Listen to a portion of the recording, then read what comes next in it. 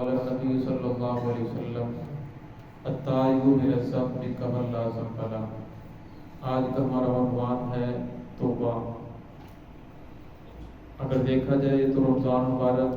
بہت تیزی سے گزرتا ہوا اپنے تیسرے عشرے کے اندر داخل ہونے والا ہے، جسے عتق من النار کہا جاتا ہے۔ یہ بات واضح رہے کہ یہ جو حدیث ہے جس کے اندر آتا ہے جس کا پہلا عشرہ رحمت ہے، دوسرا عشرہ مغفرت ہے اور تیسرا عشرہ عذاب سے یعنی آگ سے آزادی ہے، محدثین نے اس کو ضعیف کہا ہے، لیکن فضائل کے اندر ضعیف حدیث بیان کی جا سکتی ہے۔ تو اس لیے یہ بات بہت ضروری ہے کہ جو آخری عشرہ ہے یہ پہلے دونوں عشروں سے بھی بہت زیادہ اہم ہے، عبادات اور اہمیت کے اعتبار سے یہ آخری عشرہ بہت اہم ہے۔ رسول اللہ صلی اللہ علیہ وسلم اس عشرے کے اندر آپ کی عبادت بہت زیادہ بڑھ جاتی تھی، تو اس کے اندر ہمیں بھی بہت زیادہ عبادات کا اہتمام کرنا چاہیے، کیونکہ اگر ایسا نہ ہوا، اللہ رب العزت ایسا نہ کرے اور ہرگز ایسا نہ ہو، ورنہ اگر کسی آدمی کی مغفرت نہ ہوئی تو پھر محمد الرسول اللہ صلی اللہ علیہ وسلم کی بد دعا ہے۔ جبرائیل علیہ السلام نے بد دعا فرمائی، محمد الرسول اللہ صلی اللہ علیہ وسلم نے آمین فرمایا، پھر مسجد نبوی، پھر اس آدمی کو اپنی بربادی کے اندر شک نہیں ہونا چاہیے۔ اب یہ سوچنے کی بات یہ ہے کہ یہ مہینہ تو مغفرت کا مہینہ ہے، عطاؤں کا مہینہ ہے اور اللہ رب العزت کی طرف سے رحمتیں برس رہی ہیں، تو پھر بخشش کیسے نہ ہو؟ تو ہمیں یہ بات واضح ہونی چاہیے کہ جو انسان ایسے کام نہیں چھوڑ رہا جو اللہ رب العزت کو نافرمان، اللہ رب العزت کو ناراض کرنے والے ہیں، جو اللہ رب العزت کی نافرمانی والے کام ہیں، اللہ رب العزت بغاوت والے کام ہیں، فرمایا اس آدمی کی بخشش نہیں ہوگی، کیونکہ وہ کام ہی وہ جو نہیں چھوڑ رہا جس سے اللہ رب العزت کی ذات ناراض ہو جاتی ہے، محمد الرسول اللہ صلی اللہ علیہ وسلم کے طریقے کے خلاف ہے۔ تو اس لیے فرمایا کہ انسان کے لیے یہ بات ضروری ہے کہ ہر اس کام کو چھوڑ دے جو محمد الرسول اللہ صلی اللہ علیہ وسلم کے طریقے کے خلاف ہے، جس سے اللہ رب العزت کی ذات ناراض ہوتی ہے۔ آپ صلی اللہ علیہ وسلم قرآن پاک کی آیت ہے وَتُوبُوا إِلَى اللَّهِ جَمِيعًا أَيُّهَا الْمُؤْمِنُونَ کہ اللہ رب العزت کے ہاں توبہ کرو اے ایمان والو لعلکم تفلحون تاکہ تم کامیاب ہو جاؤ۔ اللہ رب العزت توبہ کرنے والے کو بہت زیادہ پسند فرماتے ہیں، ان اللہ یحب التوابین ویحب المتطہرین، فرمایا اللہ رب العزت توبہ کرنے والے کو پسند کرتے ہیں، توبہ کرنے والے کی توبہ کو قبول کرتے ہیں۔ تو اس لیے علماء نے لکھا ہے کہ انسان سب سے پہلے اپنے ظاہری گناہوں سے توبہ کرے۔ جو ظاہری گناہ انسان کر رہا ہے، انسان آنکھ کی حفاظت کرے، زبان کی حفاظت کرے، کان کی، جسمانی جتنے بھی اعضاء ہیں اس کی حفاظت کرے، اور پھر دوسری چیز پھر انسان باطنی اعضاء کی بھی توبہ کرے، یعنی دل کے اندر حسد، کینہ، بغض ہر چیز سے یہ پاک ہو جائے اور دل اللہ رب العزت کی اطاعت کے لیے تیار ہو جائے۔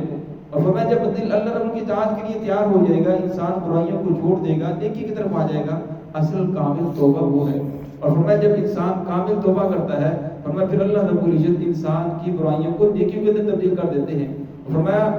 الا من تاب وآمن وعمل عملا صالحا فاولئک یبدل اللہ سیئاتہم حسنات، فرمایا جو شخص ایمان لے کر آئے اور فرمایا پھر توبہ کرے، فرمایا اللہ رب العزت اس کی برائیوں کو نیکیوں سے تبدیل کر دیں گے۔ حدیث پاک اندر آتا ہے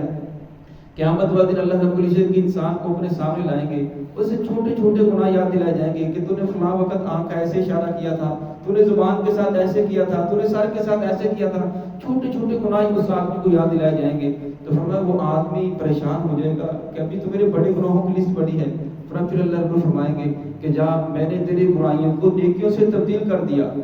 آپ صلی اللہ علیہ وسلم پھر مسکرائے تو صلی اللہ فرمایا پھر وہ بندہ کہے گا یا اللہ میرا وہ فلاں بڑا گناہ بھی رہتا ہے، وہ بھی میں نے گناہ کیا تھا، وہ بھی گناہ کیا تھا، پہلے ڈر رہا تھا لیکن اب وہ کہتا ہے کہ یہ بھی نیکیوں سے تبدیل ہو جائے۔ فرمایا یہ وہ لوگ ہوں گے جن سے دنیا کے اندر گناہ ہو جاتے تھے، توبہ ٹوٹ جاتی تھی، لیکن پھر وہ توبہ کرتے تھے، پھر توبہ ٹوٹ جاتی تھی، پھر توبہ کرتے تھے۔ فرمایا ان سے اگر گناہ ہو گئے جو گناہ باقی بھی رہ گئے، فرمایا اللہ رب العزت ان گناہوں کو معاف کر کے اور گناہوں کو نیکیوں سے تبدیل کر دیں گے، کریں گے ان لوگوں کی۔ لیکن جو انسان توبہ کرتا ہے، فرمایا توبہ کرنے کے لیے یہ شرط یہ ہے کہ انسان دیکھے کہ میں کن گناہوں کے اندر ملوث ہوں۔ پہلے تو حقوق اللہ کو دیکھا جائے کہ اگر میں نماز کو چھوڑنے والا ہوں تو فرمایا جب تک جو نمازیں میرے ذمہ قضا ہیں، جب تک میں اس کی قضا نہیں کروں گا تو وہ معاف نہیں ہوگی، سوائے توبہ سے، توبہ معافی مانگنے سے وہ نمازیں معاف نہیں ہوگی۔ اسی طرح اگر کسی انسان کے ذمہ رمضان کے روزے ہیں فرمایا جب تک وہ ان کی قضا نہیں کرے گا یا قضا کا ارادہ نہیں کر لیتا، اس کو شروع نہیں کر دیتا، فرمایا اس وقت تک وہ انسان کی توبہ قابل نہیں ہے۔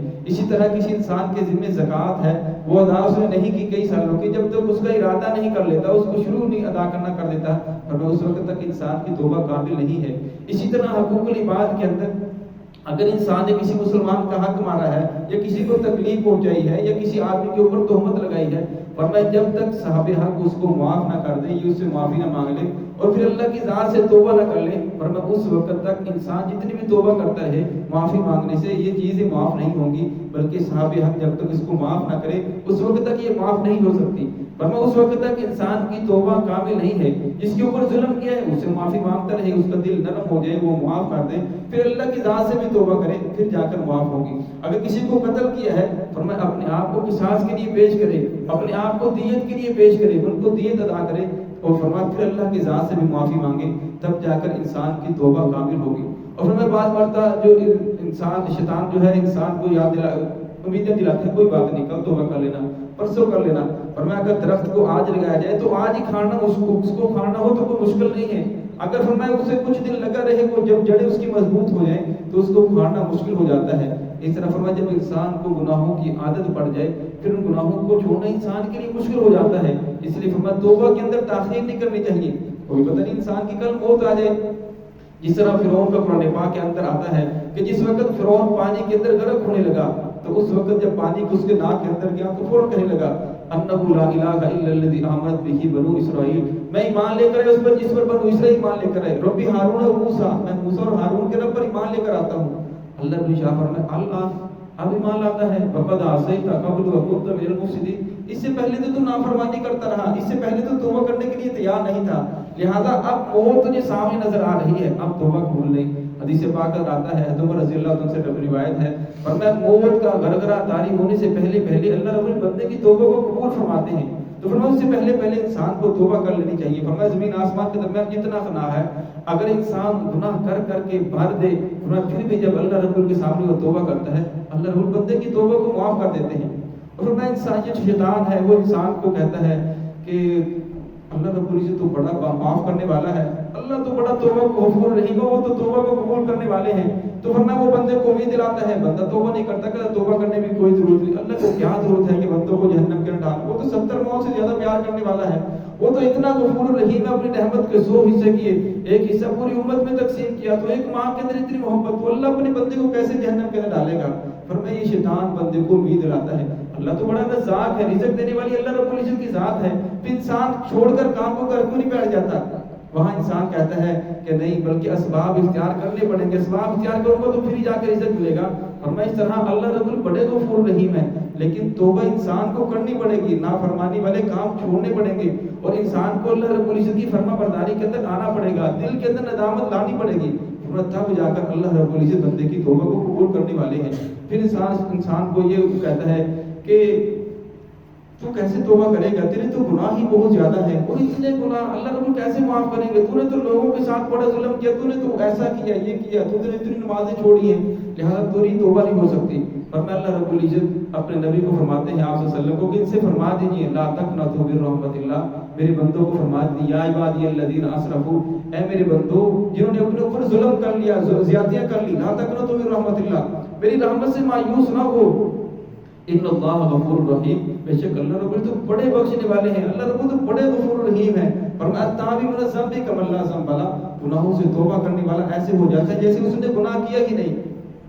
فرمایا شیطان پھر انسان کو پھر ورگلاتا ہے، اس کو پھر اپنے شکنجے کے دلانے کی کوشش کرتا ہے کہ تو توبہ کر کے کیا کرے گا، آج توبہ کرے گا، کل تو پھر توبہ توڑ دے گی، کل پھر جا کر جھوٹ بولے گا، کل پھر تو کسی کو دھوکہ دے گا، پھر ایسے کرے گا۔ فرمایا انسان جب وہ انسان کو ایسے کرتا ہے پھر انسان توبہ نہیں کرتا، یہ توبہ کر کے کیا کروں گا، پھر میں گناہوں کے اندر ملوث ہو جاؤں گا۔ فرمایا اگر انسان بیمار ہو جائے تو وہ چاہتا ہے کہ میں پھر قبل بیمار ہو جاؤں گا، بیماری دوبارہ بھی آ سکتی ہے، وہ دوائی نہیں لیتا، اور میں ایسا نہیں کرتا بلکہ وہ فوراً ڈاکٹر صاحب کی طرف رجوع کرتا ہے کہ مجھے فلاں بیماری ہے، فلاں پریشانی ہے۔ اگر فرمایا صبح کو بھوک لگی ہے تو وہ ایسا نہیں کہتا کہ شام کو پھر کھانا پڑے گا، لہٰذا صبح کو بھی نہیں کھاتا، فرمایا وہ صبح کو بھی کھانا کھائے گا، شام کو بھی کھانا کھائے گا۔ اس لیے فرمایا کہ اگر انسان سے پھر توبہ کو ٹوٹ جائے تو پھر انسان کو توبہ کر لینی چاہیے، پھر ٹوٹ جائے۔ ابو بکر رضی اللہ عنہ کی روایت ہے، وہ فرماتے ہیں کہ اگر دن کے اندر 70 مرتبہ بھی انسان سے توبہ ٹوٹ جائے تو فرمایا 70 مرتبہ بھی انسان کو دوبارہ توبہ کر لینی چاہیے. اور فرمایا وہ بندہ اللہ کو بہت زیادہ محبوب ہے جو گناہوں سے توبہ کرتا ہے توبہ پھر ٹوٹ جاتی ہے. فرمایا پھر توبہ کرتا ہے پھر توبہ ٹوٹ جاتی ہے.